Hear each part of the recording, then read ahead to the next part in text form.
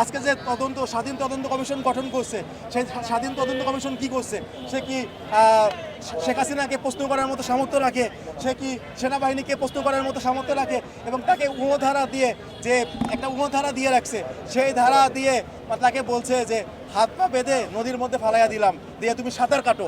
দিয়ে আরেকটা বলা যায় যে অন্ধকার রুমের ভিতরে বলছে যে তুমি রাস্তা পার হও। এখন আমার তো চোখ নাই, আমি অন্ধ, আমি কিভাবে রাস্তা পার করব? মানে আমার হচ্ছে স্বাধীনতা দিছেন, কিন্তু স্বাধীনতার যে কাজ সেটা করতে দেন নাই। তাহলে আমাদের সেই স্বাধীন তদন্ত কমিশন আগামীকাল কি প্রকাশ করবে আমরা সেটা জানি। সে এসে বলবে যে আসলে আমরা কোনো বড় বড় কর্মকর্তাদের কোনো দোষ পাই নাই, সব দোষ বিডিআর সদস্যদের, এটাই বলবে।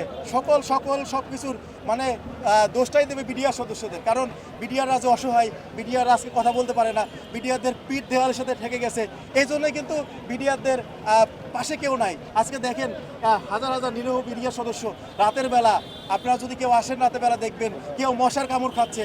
কালকে সারাদিন অনাহারে থেকে ভোর 4টার সময় রাতের খাবার খাইছে। আপনারা বলেন, সারাদিন না খেয়ে থাকার পর ভোর 4টার সময় যদি কেউ রাতের খাবার খায়, তাহলে তার অবস্থানটা কি হতে পারে আপনারা বলেন? কারো পকেটে টাকা নাই, কারো কাছে টাকা নাই, কেউ লাভের উপর টাকা নিয়ে এসেছে, কেউ সুদের উপর টাকা নিয়ে এসেছে, কেউ বইয়ের গয়না বন্ধক রেখে টাকা নিয়ে এসেছে, কেউ ছাগল বিক্রি করে টাকা নিয়ে এসেছে। মানে কি কষ্ট করে যে আজকে ঢাকায় এসে 3 দিন মাটিতে আঁকড়ে ধরে পড়ে আছে, সেটি আসলে যে করছে সে পাবে।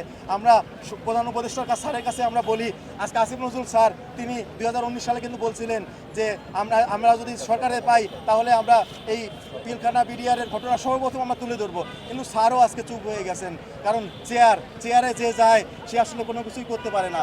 এবং আমার স্যারের কাছে অনুরোধ করবো, স্যার আপনি আমাদের কাতারে এসে দেখেন, আমাদেরকে সন্তান মনে করেন। প্রধান উপদেষ্টা স্যার, আপনি আমাদের সন্তান মনে করেন, তাহলেই আমাদের এই দুঃখগুলো দূর হবে। শুধুমাত্র বিদ্রোহী ট্যাগটা আমাদের ঘষিয়ে দিয়ে চাকরিতে পুনর্বহাল করুন, আমাদের বাবাদের যে চাকরি সেটা ফেরত দেন, আমাদের পেনশন ফেরত দেন, আমাদের যারা এখনও জেলবন্দি রয়েছে তাদেরকে মুক্তি করে দেন, যারা নিরপরাধ জেলবন্দি রয়েছেন তাদেরকে বেকসুর খালাস করে দেন। খালাস করে দিলে সে তো 17 বছর জেল খেটেছে, এখনও তার কোনো পাপ নেই। যদি 2-1 পাপ থাকে, তারও কার কোনো পাপ আর নেই, কারণ 17টি বছর সে তার পরিবার ছাড়া এমনিতে সে ধুকে ধুকে তার জীবনটি নষ্ট করছে।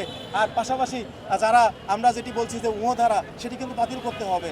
আর বাংলাদেশ রাইফেলসের যে নামকরণটি, সেটি আপনারা আবার বাংলাদেশ রাইফেলস দেন, কারণ বিজিবি যে নামটি আছে সেটি কিন্তু অনেকে মেনে নিতে পারছে না।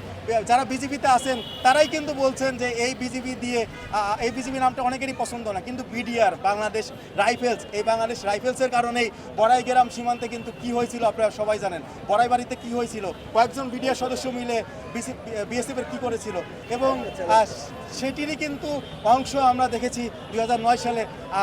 তারা ভারত কিন্তু ভেবেছিলেন যে বাংলাদেশের দাসত্ব করতে গেলে আগে বিডিআরদের পঙ্গু করতে হবে, এবং এই বিডিআরদের পঙ্গু করতে গিয়ে আওয়ামী লীগ সরকারের মাধ্যমে কিন্তু 2009 সালে এই পিলখানার ঘটনা ঘটিয়েছেন ভারত।